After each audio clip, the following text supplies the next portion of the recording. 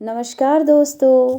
आज की हमारी कहानी है तीन मूर्ख पंडित।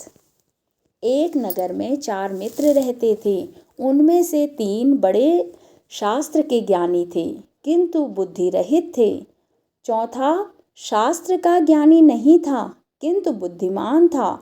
चारों ने सोचा कि विद्या का लाभ तभी हो सकता है यदि वे विदेशों में जाकर धन संग्रह करें। इसी विचार से वे विदेश यात्रा को चल पड़े।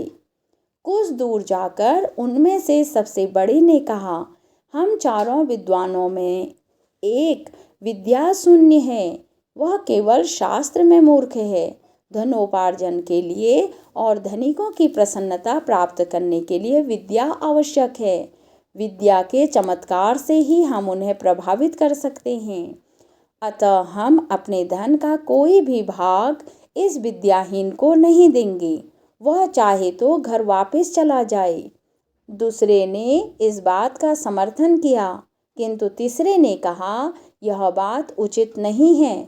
बचपन से ही हम एक दूसरे के सुख दुख के सहभागी रहे हैं। हम जो भी धन कमाएंगे उसमें इसका हिस्सा रहेगा।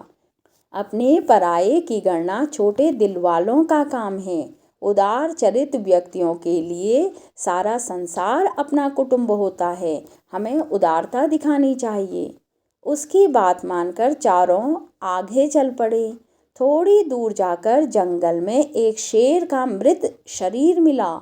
उसके अंग प्रत्यंग बिखरे हुए थे। तीनों विद्याभिमानी युवकों ने कहा, आओ हम अपनी शिक्षा की परीक्षा करें।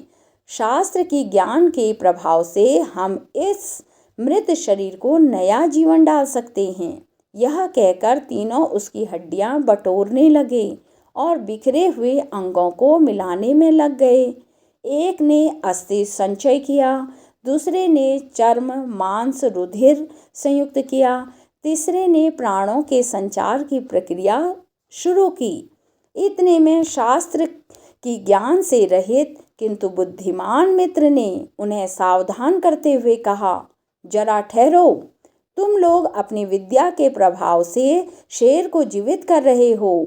वह जीवित होते ही तुम्हें मारकर खा जाएगा। शास्त्र के ज्ञानी मित्रों ने उसकी बात को अनसुना कर दिया। तब वह बुद्धिमान बोला, यदि तुम्हें अपनी विद्या का चमत्कार दिखलाना ही है तो दिखलाओ, लेकिन एक क्षण ठहर जाओ, मैं वृक्ष पर चढ़ जाऊं। यह कहकर वह वृक्ष पर चढ़ गया। इतने में तीनों शास्त्र के ज्ञानी ने शेर को जीवित कर दिया। जीवित होते ही शेर ने तीनों पर हमला किया। तीनों मारे गए। अतः शास्त्रों में कुशल होना ही पर्याप्त नहीं है। लोक व्यवहार को समझने और लोकाचार के अनुकूल काम करने की बुद्धि भी होनी चाहिए। अन्यथा लोकाचारहीन विद्वान भी मूर्ख पंडितों की तरह ही उपहास के पात्र बनते हैं।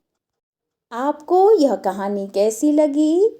फिर नई कहानी लेकर मैं आपसे मिलती हूँ। तब तक के लिए ओके, बाय बाय।